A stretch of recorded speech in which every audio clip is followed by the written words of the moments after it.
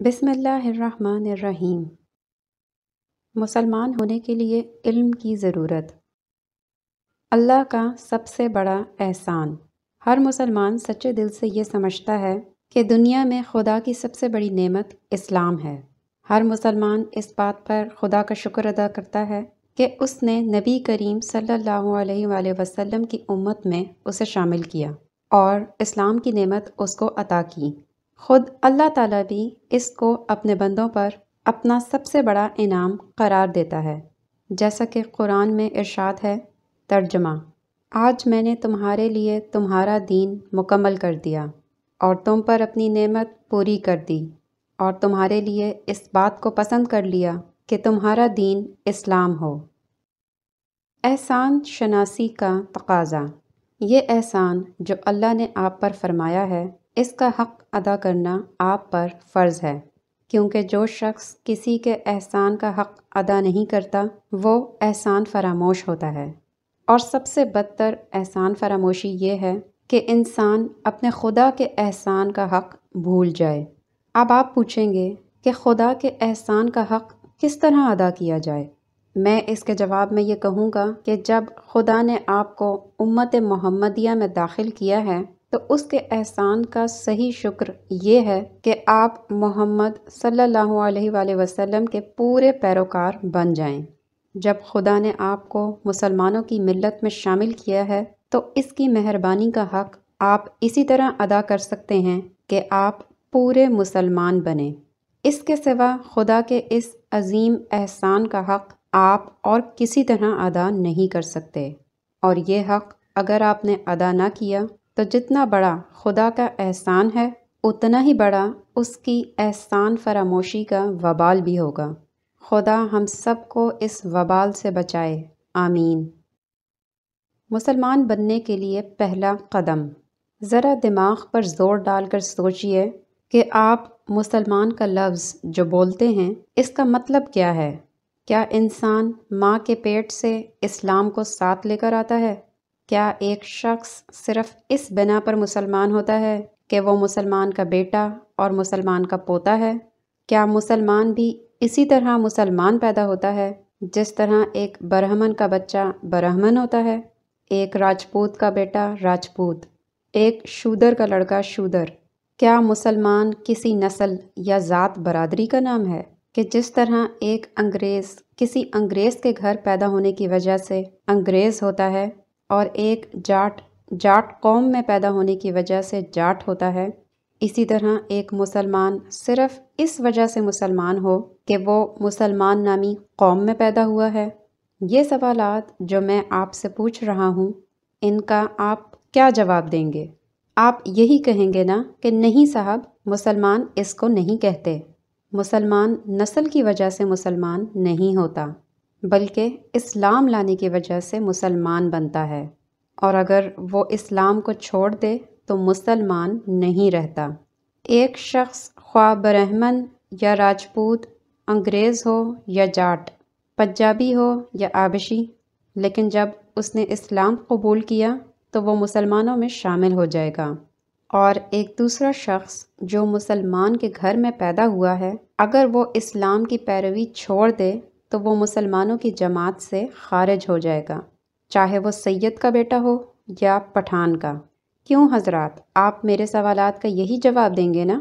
اچھا، تو اب خود آپ ہی کے جواب سے یہ بات معلوم ہو گئی کہ خدا کی یہ سب سے بڑی نعمت یعنی مسلمان ہونے کی نعمت جو آپ کو حاصل ہے، یہ کوئی نسلی چیز نہیں کہ ماں باپ سے وراثت میں یہ خود بخود آپ کو حاصل ہو جائے اور خود بخود تمام عمر آپ کے ساتھ لگی رہے، خواہ آپ اس کی پرواہ کریں یا نہ کریں، بلکہ یہ ایسی نعمت ہے جس کے حاصل کرنے کے لیے خود آپ کی کوشش شرط ہے۔ اگر آپ کوشش کر کے اس کو حاصل کریں تو آپ کو مل سکتی ہے، اگر آپ اس کی پرواہ نہ کریں تو یہ آپ سے چھن بھی سکتی ہے، معاذ اللہ۔ کیا اسلام لانے کا یہ مطلب ہے کہ جو آدمی بس زبان سے کہہ دے کہ میں مسلمان ہوں یا مسلمان بن گیا ہوں وہ مسلمان ہے؟ یا اسلام لانے کا مطلب یہ ہے کہ جس طرح ایک برہمن پجاری بغیر سمجھے بوجھے سنسکرت کے چند منتر پڑھتا ہے اسی طرح ایک شخص عربی کے چند فقرے بغیر سوچے سمجھے زبان سے ادا کر دے اور بس وہ مسلمان ہو گیا۔ آپ خود بتائیے کہ آپ اس سوال کا کیا جواب دیں گے؟ آپ یہی کہیں گے نا کہ اسلام لانے کا مطلب یہ ہے کہ حضرت محمد صلی اللہ علیہ وآلہ وسلم نے جو تعلیم دی ہے اس کو آدمی جان کر، سمجھ کر، دل سے قبول کرے، اس کے مطابق عمل کرے۔ جو ایسا کرے گا وہ مسلمان ہے، اور جو ایسا نہ کرے وہ مسلمان نہیں ہے۔ پہلی ضرورت علم۔ یہ جواب جو آپ دیں گے اس سے خود بخود یہ بات کھل گئی کہ اسلام پہلے علم کا نام ہے اور علم کے بعد عمل کا نام ہے۔ ایک شخص علم کے بغیر برہمن ہو سکتا ہے کیونکہ وہ برہمن پیدا ہوا ہے اور برہمن ہی رہے گا۔ ایک شخص علم کے بغیر جاٹ ہو سکتا ہے کیونکہ وہ جاٹ پیدا ہوا ہے اور جاٹ ہی رہے گا، مگر ایک شخص علم کے بغیر مسلمان نہیں ہو سکتا کیونکہ مسلمان پیدائش سے مسلمان نہیں ہوا کرتا بلکہ علم سے ہوتا ہے۔ جب تک کہ اس کو یہ علم نہ ہو کہ حضرت محمد صلی اللہ علیہ وآلہ وسلم کی تعلیم کیا ہے، وہ اس پر ایمان کیسے لا سکتا ہے اور اس کے مطابق عمل کیسے کر سکتا ہے؟ اور جب وہ جان کر اور سمجھ کر ایمان ہی نہ لایا تو مسلمان کیسے ہو سکتا ہے؟ پس معلوم ہوا کہ جہالت کے ساتھ مسلمان ہونا اور مسلمان رہنا غیر ممکن ہے۔ ہر شخص جو مسلمان کے گھر پر پیدا ہوا ہے، جس کا نام مسلمانوں کا سا ہے، جو مسلمانوں کے سے کپڑے پہنتا ہے اور جو اپنے آپ کو مسلمان کہتا ہے، حقیقت میں وہ مسلمان نہیں ہے، بلکہ مسلمان در حقیقت صرف وہ شخص ہے جو اسلام کو جانتا ہو اور پھر جان بوجھ کر اس کو مانتا ہو۔ ایک مسلمان اور ایک کافر میں اصل فرق نام کا نہیں کہ وہ رام پرشاد ہے اور یہ عبداللہ، اس لیے وہ کافر ہے اور یہ مسلمان۔ اسی طرح ایک کافر اور ایک مسلمان میں اصل فرق لباس کا بھی نہیں ہوتا کہ وہ دھوتی باندھتا ہے اور یہ پاجامہ پہنتا ہے، اسی لیے وہ کافر ہے اور یہ مسلمان، بلکہ اصل فرق ان دونوں کے درمیان علم کا ہے۔ وہ کافر اس لیے ہے کہ وہ نہیں جانتا کہ خداوند عالم کا اس سے اور اس کا خداوند عالم سے کیا تعلق ہے، اور خالق باری کی مرضی کے مطابق دنیا میں زندگی بسر کرنے کا سیدھا راستہ کیا ہے۔ اگر یہی حال ایک مسلمان کے بچے کا بھی ہو تو بتاؤ اس میں اور ایک کافر میں کس چیز کی بنا پر فرق کرتے ہو، اور کیوں یہ کہتے ہو کہ وہ تو کافر ہے اور یہ مسلمان؟ حضرات، یہ بات جو میں کہہ رہا ہوں اس کو ذرا کان لگا کر سنیے اور ٹھنڈے دل سے اس پر غور کیجیے۔ آپ کو خوب اچھی طرح سمجھ لینا چاہیے کہ خدا کی یہ سب سے بڑی نعمت جس پر آپ شکر اور احسان مندی کا اظہار کرتے ہیں، اس کا حاصل ہونا اور حاصل نہ ہونا دونوں باتیں علم پر موقوف ہیں۔ اگر علم نہ ہو تو یہ نعمت انسان کو حاصل ہی نہیں ہو سکتی۔ اگر تھوڑی بہت حاصل ہو بھی جائے تو جہالت کی بنا پر ہر وقت یہ خطرہ ہے کہ یہ عظیم الشان نعمت اس کے ہاتھ سے چلی جائے گی۔ محض نادانی کی بنا پر وہ اپنے نزدیک یہ سمجھتا رہے گا میں ابھی مسلمان ہوں، حالانکہ در حقیقت وہ مسلمان نہیں ہوگا۔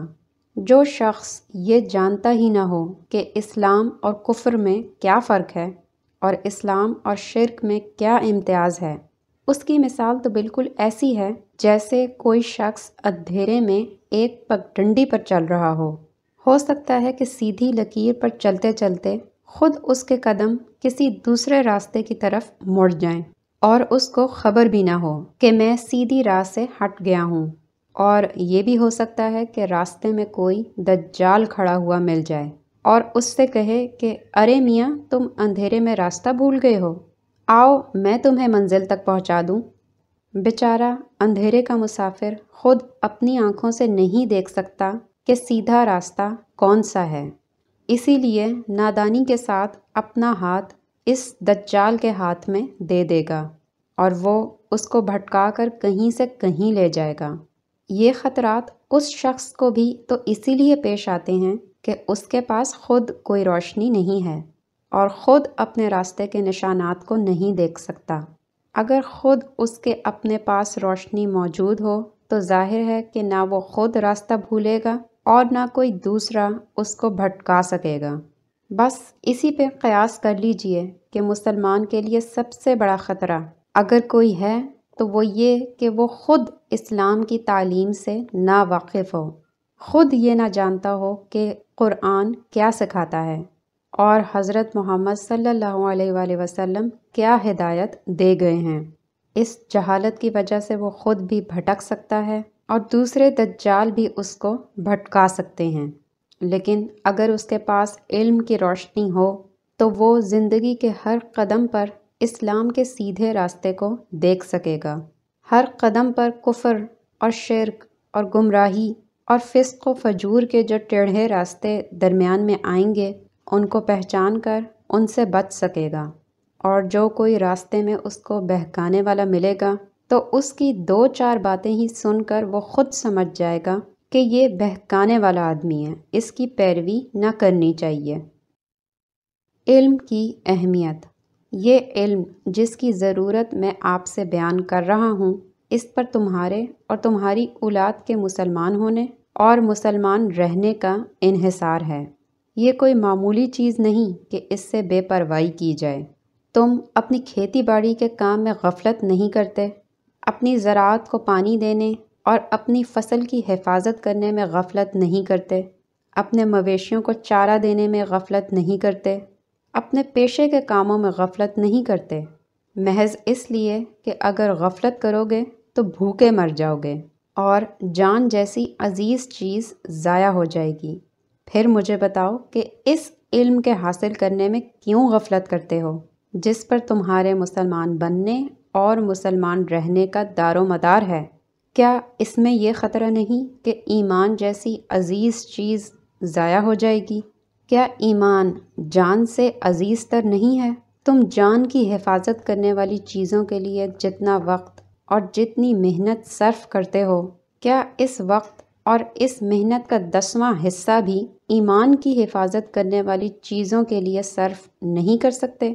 میں تمہیں یہ نہیں کہتا کہ تم میں سے ہر شخص مولوی بنے، بڑی بڑی کتابیں پڑھے اور اپنی عمر کے 10-12 سال پڑھنے میں صرف کر دے۔ مسلمان بننے کے لیے اتنا پڑھنے کی ضرورت نہیں۔ میں صرف یہ چاہتا ہوں کہ تم میں کا ہر شخص رات دن کے 24 گھنٹوں میں سے صرف 1 گھنٹہ علم دین سیکھنے میں صرف کرے۔ کم از کم اتنا علم ہر بچے، بوڑھے اور جوان کو حاصل ہونا چاہیے کہ قرآن جس مقصد کے لیے اور جو تعلیم لے کر آیا ہے اس کا لب لباب جان لے۔ نبی کریم صلی اللہ علیہ وآلہ وسلم جس چیز کو مٹانے کے لیے اور اس کی جگہ جس چیز کو قائم کرنے کے لیے تشریف لائے تھے اس کو خوب پہچان لے اور اس خاص طریقۂ زندگی سے واقف ہو جائے جو اللہ نے انسانوں کے لیے مقرر کیا ہے۔ اتنے علم کے لیے کچھ بہت زیادہ وقت کی ضرورت نہیں ہے۔ اگر ایمان عزیز ہو تو اس کے لیے 1 گھنٹہ روزانہ نکال لینا کوئی مشکل نہیں۔ مسلم اور کافر کا اصل فرق۔ مسلم اور کافر میں فرق کیوں؟ برادران اسلام، ہر مسلمان اپنے نزدیک یہ سمجھتا ہے، اور آپ بھی ضرور ایسا ہی سمجھتے ہوں گے، کہ مسلمان کا درجہ کافر سے اونچا ہے۔ مسلمان کو خدا پسند کرتا ہے اور کافر کو ناپسند کرتا ہے۔ مسلمان خدا کے ہاں بخشا جائے گا اور کافر کی بخشش نہ ہوگی۔ مسلمان جنت میں جائے گا اور کافر دوزخ میں جائے گا۔ آج میں چاہتا ہوں کہ آپ اس بات پر غور کریں کہ مسلمان اور کافر میں اتنا بڑا فرق آخر کیوں ہوتا ہے؟ کافر بھی آدم کی اولاد ہے اور تم بھی۔ کافر بھی ایسا ہی انسان ہے جیسا تم ہو، وہ بھی تمہارے ہی جیسے ہاتھ، پاؤں، آنکھ، کان رکھتا ہے، وہ بھی اسی طرح ہوا میں سانس لیتا ہے، یہی پانی پیتا ہے، اسی زمین پر بستا ہے، یہی پیداوار کھاتا ہے، اسی طرح پیدا ہوتا ہے، اسی طرح مرتا ہے۔ اسی خدا نے اس کو بھی پیدا کیا ہے جس نے تم کو پیدا کیا ہے۔ پھر آخر کیوں اس کا درجہ نیچا ہے اور تمہارا اونچا؟ تمہیں کیوں جنت ملے گی اور وہ کیوں دوزخ میں ڈالا جائے گا؟ کیا صرف نام کا فرق ہے؟ یہ بات ذرا سوچئے کہ آدمی اور آدمی میں اتنا بڑا فرق صرف اس بات سے تو نہیں ہو سکتا کہ تم عبداللہ اور عبد الرحمن ہو اور ایسے ہی دوسرے ناموں سے پکارے جاتے ہو، اور وہ کرشن اور کرتار سنگھ جیسے ناموں سے پکارا جاتا ہے، یا تم گوشت کھاتے ہو اور وہ نہیں کھاتا۔ اللہ تعالیٰ جس نے سب انسانوں کو پیدا کیا ہے، جو سب کا پروردگار ہے، ایسا ظالم نہیں ہو سکتا کہ ایسی چھوٹی چھوٹی باتوں پر اپنی مخلوقات میں فرق کرے اور ایک بندے کو جنت میں بھیجے اور دوسرے کو دوزخ میں پہنچا دے۔ اصلی فرق اسلام اور کفر۔ جب یہ بات نہیں ہے تو غور کرو کہ دونوں میں اصل فرق کیا ہے۔ اس کا جواب صرف ایک ہے، اور وہ یہ ہے کہ دونوں میں اصل فرق اسلام اور کفر کی وجہ سے ہوتا ہے۔ اسلام کے معنی خدا کی فرما برداری کے ہیں اور کفر کے معنی خدا کی نافرمانی کے۔ مسلمان اور کافر دونوں ہی انسان ہیں، دونوں خدا کے بندے ہیں، لیکن ایک انسان اس لیے افضل ہو جاتا ہے کہ یہ اپنے مالک کو پہچانتا ہے، اس کے حکم کی اطاعت کرتا ہے، اس کے نافرمانی کے انجام سے ڈرتا ہے، اور دوسرا انسان اس لیے اونچے درجے سے گر جاتا ہے کہ اپنے مالک کو نہیں پہچانتا، اس کی فرما برداری نہیں کرتا۔ اسی لیے مسلمان سے خدا خوش ہوتا ہے اور کافر سے ناراض۔ مسلمان کو جنت دینے کا وعدہ کرتا ہے اور کافر کو کہتا ہے کہ دوزخ میں ڈالوں گا۔ فرق کی وجہ علم اور عمل۔ اس سے معلوم ہوا کہ مسلمان کو کافر سے جدا کرنے والی صرف دو چیزیں ہیں، ایک علم اور دوسری عمل، یعنی پہلے تو اسے یہ جاننا چاہیے کہ اس کا مالک کون ہے، اس کے احکام کیا ہیں، اس کی مرضی پر چلنے کا طریقہ کیا ہے، کن کاموں سے وہ خوش ہوتا ہے، کن کاموں سے وہ ناراض ہوتا ہے۔ پھر جب یہ باتیں معلوم ہو جائیں تو دوسری بات یہ ہے کہ آدمی اپنے آپ کو مالک کا غلام بنا دے، جو مالک کی مرضی ہو اس پر چلے اور جو اپنی مرضی ہو اس کو چھوڑ دے۔ اگر اس کا دل ایک کام کو چاہے اور مالک کا حکم اس کے خلاف ہو تو اپنے دل کی بات نہ مانے اور مالک کی بات مان لے۔ اگر ایک کام اس کو اچھا معلوم ہوتا ہے اور مالک کہے کہ وہ برا ہے تو اسے برا ہی سمجھے۔ اگر دوسرا کام اسے برا معلوم ہوتا ہے مگر مالک کہے کہ وہ اچھا ہے تو اسے اچھا ہی سمجھے۔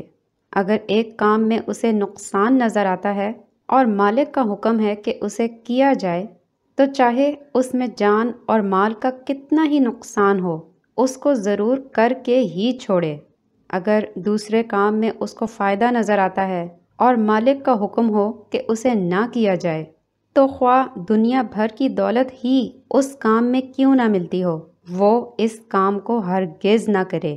یہ علم اور یہی عمل ہے جس کی وجہ سے مسلمان خدا کا پیارا بندہ ہوتا ہے اور اس پر خدا کی رحمت نازل ہوتی ہے اور خدا اس کو عزت عطا کرتا ہے۔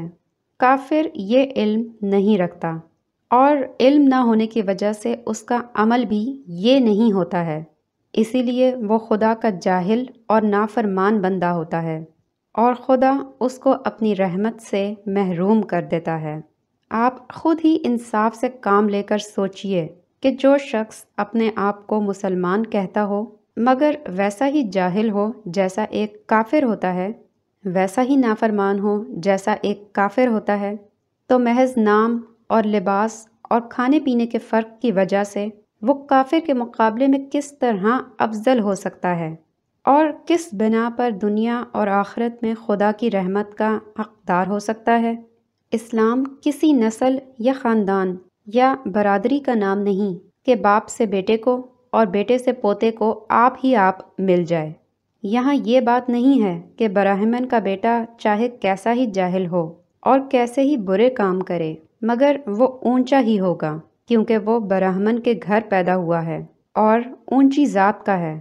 چمار کا لڑکا چاہے علم اور عمل کے لحاظ سے ہر طرح اس سے بڑھ کر ہو مگر وہ نیچا ہی رہے گا کیونکہ چمار کے گھر پیدا ہوا ہے اور کمین ہے۔ یہاں تو خدا نے اپنی کتاب میں صاف فرما دیا ہے کہ ترجمہ جو خدا کو زیادہ پہچانتا ہے اور اس کی زیادہ فرما برداری کرتا ہے وہی خدا کے نزدیک زیادہ عزت والا ہے۔ حضرت ابراہیم ایک بت پرست کے گھر میں پیدا ہوئے، مگر انہوں نے خدا کو پہچانا اور اس کی فرما برداری کی، اسی لیے خدا نے ان کو ساری دنیا کا امام بنا دیا۔ حضرت نوح کا لڑکا ایک پیغمبر کے گھر میں پیدا ہوا تھا، مگر اس نے خدا کو نہ پہچانا اور اس کی نافرمانی کی، اس لیے خدا نے اس کے خاندان کی کچھ پرواہ نہ کی اور اسے ایسا عذاب دیا جس پر دنیا عبرت کرتی ہے۔ پس خوب اچھی طرح سمجھ لو کہ خدا کے نزدیک انسان اور انسان میں جو کچھ بھی فرق ہے وہ علم اور عمل کے لحاظ سے ہے، دنیا میں بھی اور آخرت میں بھی۔ اس کی رحمت صرف انہی کے لیے ہے جو اسے پہچانتے ہیں اور جو اس کے بتائے ہوئے سیدھے راستے پر چلتے ہیں اور اس کی فرما برداری کرتے ہیں۔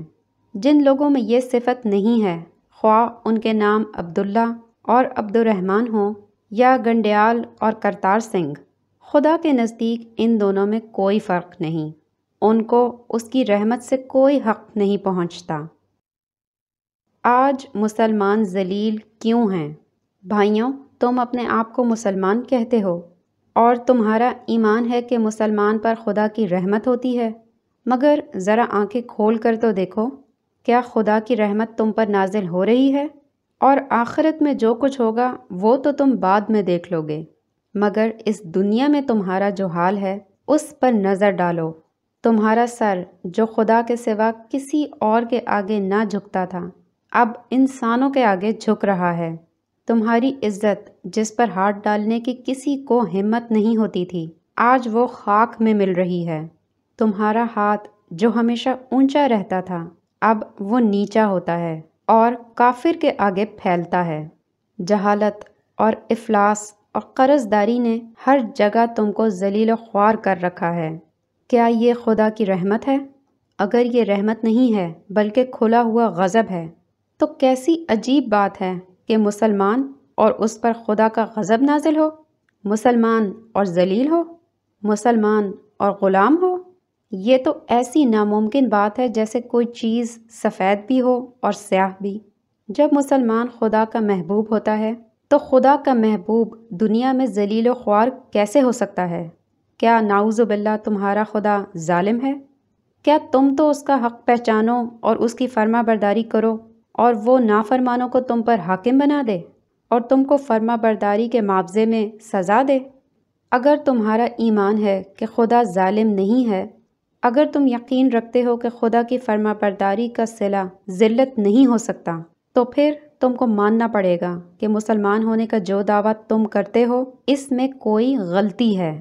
تمہارا نام سرکاری کاغذات میں تو ضرور مسلمان لکھا جاتا ہے، مگر خدا کے ہاں انگریزی سرکار کے دفتر کی سند پر فیصلہ نہیں ہوتا۔ خدا اپنا دفتر الگ رکھتا ہے، وہاں تلاش کرو کہ تمہارا نام فرما برداروں میں لکھا ہوا ہے یا نافرمانوں میں۔ خدا نے تمہارے پاس کتاب بھیجی تاکہ تم اس کتاب کو پڑھ کر اپنے مالک کو پہچانو اور اس کی فرما برداری کا طریقہ معلوم کرو۔ کیا تم نے کبھی یہ معلوم کرنے کی کوشش کی کہ اس کتاب میں کیا لکھا ہے؟ خدا نے اپنے نبی کو تمہارے پاس بھیجا تاکہ وہ تمہیں مسلمان بننے کا طریقہ سکھائے۔ کیا تم نے یہ کبھی معلوم کرنے کی کوشش کی کہ اس کے نبی نے کیا سکھایا ہے؟ خدا نے تم کو دنیا اور آخرت میں عزت حاصل کرنے کا طریقہ بتایا۔ کیا تم اس طریقے پر چلتے ہو؟ خدا نے کھول کھول کر بتایا کہ کون کون سے کام ہیں جن سے انسان دنیا اور آخرت میں ذلیل ہوتا ہے۔ کیا تم ایسے کاموں سے بچتے ہو؟ بتاؤ تمہارے پاس اس کا کیا جواب ہے؟ اگر تم مانتے ہو کہ نہ تو تم نے خدا کی کتاب اور اس کے نبی کی زندگی سے علم حاصل کیا اور نہ اس کے بتائے ہوئے طریقے کی پیروی کی، تو تم مسلمان ہوئے کب جو تمہیں اس کا اجر ملے؟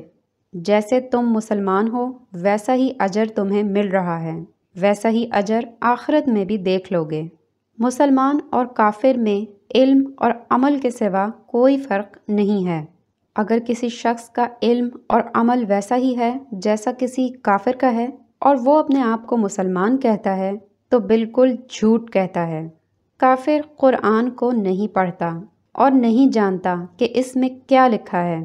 یہی حال اگر مسلمان کا بھی ہو تو وہ مسلمان کیوں کہلائے؟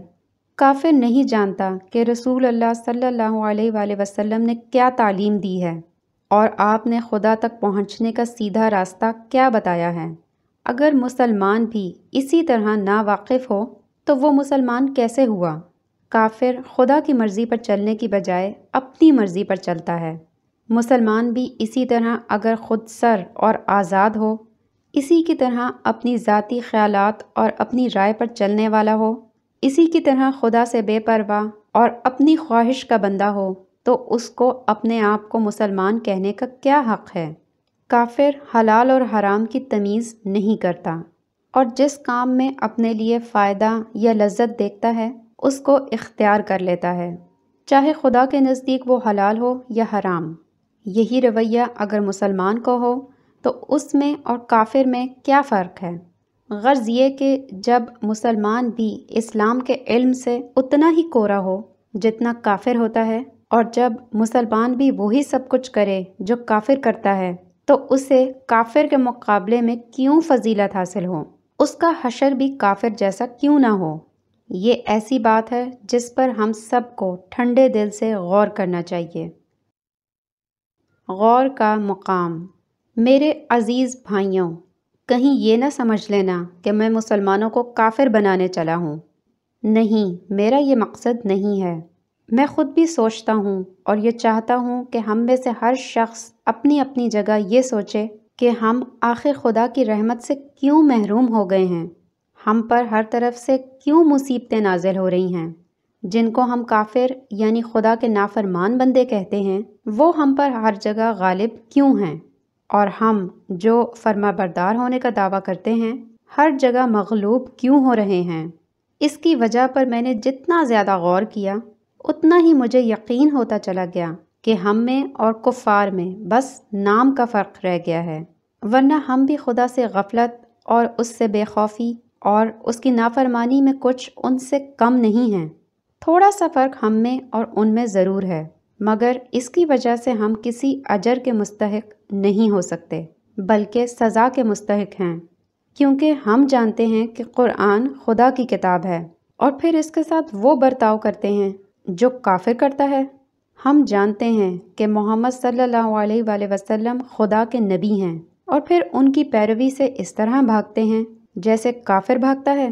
ہم کو معلوم ہے کہ جھوٹے پر خدا نے لعنت کی ہے، رشوت کھانے اور کھلانے والے کو جہنم کا یقین دلایا ہے، سود کھانے اور کھلانے والے کو بدترین مجرم قرار دیا ہے، غیبت کو اپنے بھائی کا گوشت کھانے کے برابر بتایا ہے، فحاشی اور بے حیائی اور بدکاری پر سخت عذاب کی دھمکی دی ہے۔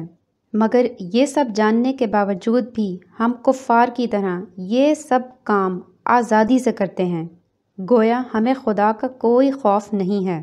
یہی وجہ ہے کہ ہم کفار کے مقابلے میں تھوڑے بہت مسلمان نظر آتے ہیں۔ اس پر ہمیں انعام نہیں ملتا بلکہ سزا دی جاتی ہے۔ کفار کا ہم پر حکمران ہونا، ہر جگہ ہمارا ذکر اٹھانا اسی جرم کی سزا ہے کہ ہمیں اسلام کی نعمت دی گئی تھی اور پھر ہم نے اس کی قدر نہ کی۔